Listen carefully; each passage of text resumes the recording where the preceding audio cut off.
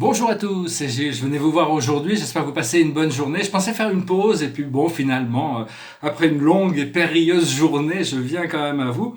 Je vais parler discuter, je vais pas trop discuter, d'ailleurs je vais juste faire une petite vidéo express, je vais tirer quelques cartes. C'est parler de la planète Vénus qui est en train de rétrograder. Elle est venue me voir hier, c'était vraiment très réconfortant parce que bon, j'ai souvent été la visiter dans des voyages organisés, disons. Donc j'ai beaucoup d'expérience. C'est une société très avancée. La planète Vénus, c'est une grande communauté d'êtres qui sont essentiellement entre la sixième dimension, mais il y a les guides de cette planète sont dans la neuvième dimension. Il y a Sanat Kumara on le salue, on le remercie pour son assistance. C'est un maître ascensionné de la planète Vénus qui est venu en assistance à la planète Terre. Et la déesse de Vénus est aussi en assistance. Elle va nous aider à faire faire allumer ce corps de lumière de la planète Terre. C'est une sorte de grande sœur de la Terre, de la mère Gaïa. Donc elle est venue me voir hier, c'était assez agréable. Et donc elle est en train de rétrograder. Donc c'est vraiment arriver à se concentrer sur cet amour intérieur, sur cette vision, cette lumière intérieure. Parce qu'il y a une bataille qui se joue entre l'ego, le mental, ces peurs et toutes ces situations. J'ai l'impression d'être entre le fer et l'enclume en ce moment. Mais mon esprit me dit que cette libération est là et que j'ai pas besoin de m'inquiéter. Malgré ça, l'esprit mental continue de faire son travail parce qu'il ne peut pas deviner les réalités de l'âme. L'esprit mental ne pourra jamais deviner. Donc c'est vraiment une question d'avoir la confiance et la foi, de la développer de plus en plus. Et donc, et dire que bon, le service aux autres c'est bien, il faut toujours continuer à servir les autres, mais il faut s'occuper de soi-même en ce moment le plus possible, même si c'est rentrer dans le silence, même si c'est faire une pause, même si c'est arrêter un petit peu pouvoir s'occuper de soi, c'est très très important. Donc je vais tirer quelques cartes, on va tirer des cartes avec le tarot des anges. On va tirer 10 cartes, je ne vais pas trop les interpréter, je vous laisserai les interpréter intuitivement. La situation actuelle, c'est la mission. On est en mission sur Terre, malgré tout ce que l'on peut penser. On a vraiment cette mission. Plus on va rentrer dans notre mission, plus on va découvrir de sens à notre vie. Autour de cette situation, il y a la libération qui se prépare. Il y a la libération qui est là. Ce que l'on voit dans notre esprit conscient, c'est la protection. On est protégé, on est gardé par nos anges gardiens, par nos maîtres guides, par tous ces esprits qui sont là, bienveillants, qui, malgré tout ce que l'on peut avoir, tous ces chahutages, tous ces chaos sur le chemin de la vie, nos guides sont quand même là. De plus en plus, on doit reconnecter avec eux. Ce que l'on a dans notre subconscient, de profondeur du subconscient, on a l'humilité.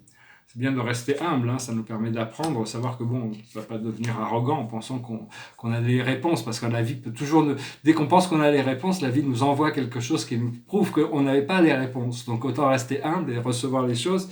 La situation dans laquelle on est, c'est l'enthousiasme. Ce qui arrive dans le futur immédiat, c'est la patience. On doit laisser les choses pouvoir venir à nous naturellement quand c'est le timing divin. Notre force dans cette situation, c'est l'intuition. L'intuition, c'est quelque chose de très puissant. C'est ce qui nous connecte à nos guides, qui nous connecte à notre âme, qui nous connecte à notre Créateur. Ce qui vient du monde extérieur, c'est la requête. Il y a des requêtes qui viennent à nous. Ce que l'on ressent dans nos émotions internes, c'est l'hésitation. On n'est pas encore complètement déterminé, mais ça va venir. Il ne faut pas s'inquiéter. Il faut justement prendre le temps pour soi pour arriver à s'auto-déterminer, trouver la force de dépasser les obstacles qui sont encore sur notre chemin. On a tous des obstacles différents. On a tous un talon d'Achille. Achille, le guerrier, la fureur d'Achille qui est décrit dans l'Iliade. Achille, sa mère Thétis, son père Pélée, sa mère Thétis l'avait trempé dans le Styx pour le rendre invulnérable. C'est le grand guerrier, c'est à lui seul, il a gagné la guerre de Troie. Mais, parce que quand il s'arrêtait de se battre, les Achéens, les Grecs perdaient. Alors dès qu'ils revenaient à la bataille, ils regagnaient. Et donc sa mère l'avait trempé quand elle était jeune dans le Styx, la rivière qui sépare les enfers du monde des vivants, qui est une rivière sacrée. Mais seulement, pour le protéger, mais elle l'avait tenu par son talon d'Achille. Et donc c'était l'endroit où il était vulnérable. Et bon, finalement, je crois que c'est Apollon qui a fini par le tuer en mettant une flèche dans son tendon. Donc pour dire qu'on a tous un point faible quelque part. Et donc il faut arriver à trouver ce point faible pour l'adresser sans en avoir peur. Et l'aboutissant de tout ça, excusez-moi avec toute ma mythologie, l'aboutissant c'est le bien-être. On va vraiment arriver dans des situations de bien-être. On va pouvoir lâcher prise, on va pouvoir se relaxer, on va pouvoir trouver être bien ancré dans notre voie, dans notre vie.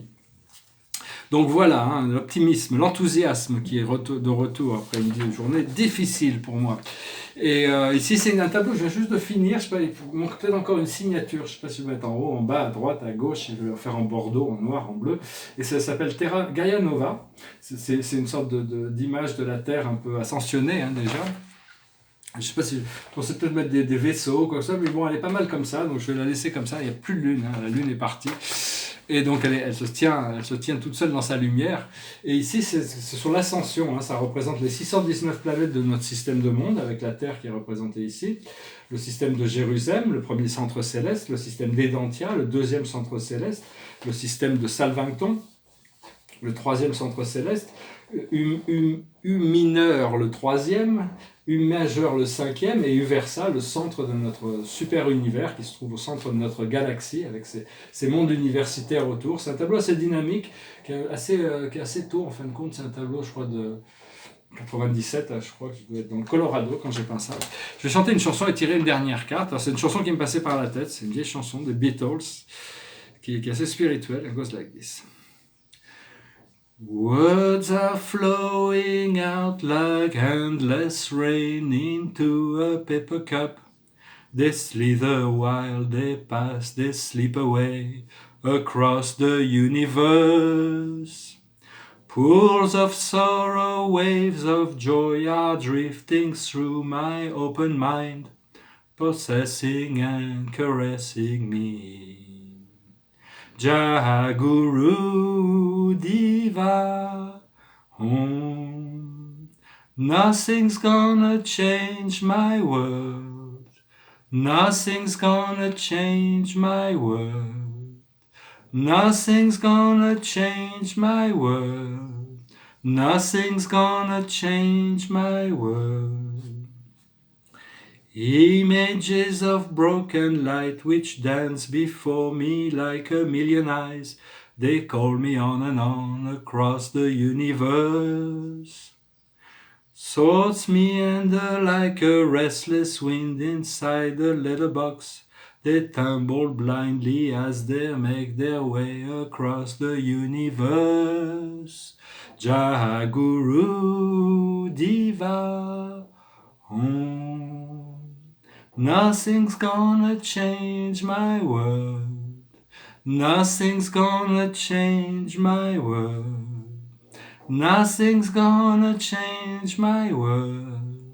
Nothing's gonna change my world. Sounds of laughter, shades of life are ringing through my open ears, inciting and inviting me.